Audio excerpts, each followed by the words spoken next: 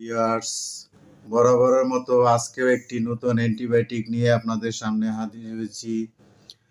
তো অ্যান্টিবায়োটিকটা হলো ক্যালারিথ্রোমাইসিন।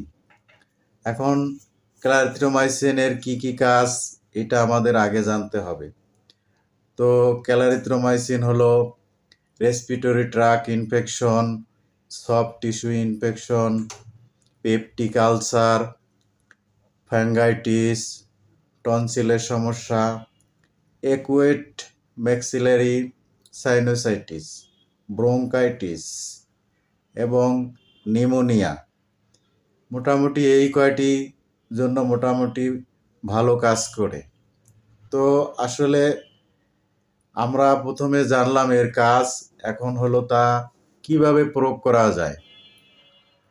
তো প্রয়োগ করার ক্ষেত্রে আমাদের আসলে আগে দেখতে হবে যে মার্কেটে কি ধরনের আছে এই ক্যালারিথ্রোমাইসিন, মানে কি উপাদান দিয়ে তৈরি করা আছে। সেটা হলো 250 mg, 500 mg এবং সিরাপ ডিএস। তো আসলে আপনি যদি বাচ্চাদের বেলায় প্রয়োগ করতে যান তখন আপনাকে একটু হিমশিম খেতে হবে। আর যদি আপনার জানা থাকে যে 1 কেজিতে কত মিলিগ্রাম করে আপনি দিতে পারবেন, তাহলে আপনার জন্য এই ট্রিটমেন্ট সহজ। তো আমরা আসলে ক্যালারিথ্রোমাইসিন পার কেজিতে 15 mg করে দেই 2 বেলা করে। আর যে ট্যাবলেট খেতে পারে, যদি তার ওজন 20 কেজি বা 25 কেজি হয়, তাহলে সে 250 mg খাবে 2 বেলা করে। আর বড়দের বেলায় 500 mg সকালে একটা, রাতে একটা খাবার পরে।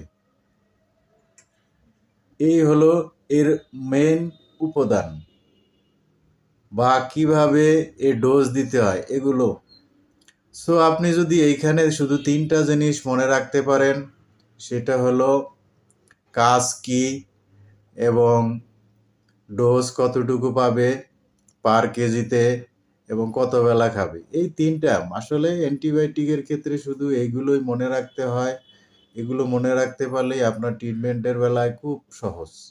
আর যদি আপনি না জানেন তাহলে আপনি হিমশিম খাবেন যে কিভাবে দিব, কতটুকু দিব। তো এই জন্য আমি আপনাদের কাছে অনুরোধ করব, আমার চ্যানেলটি সাথে থাকুন, সাবস্ক্রাইব করুন,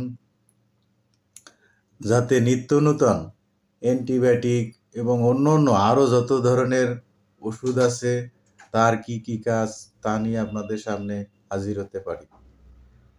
আসলে হলো যদি আপনারা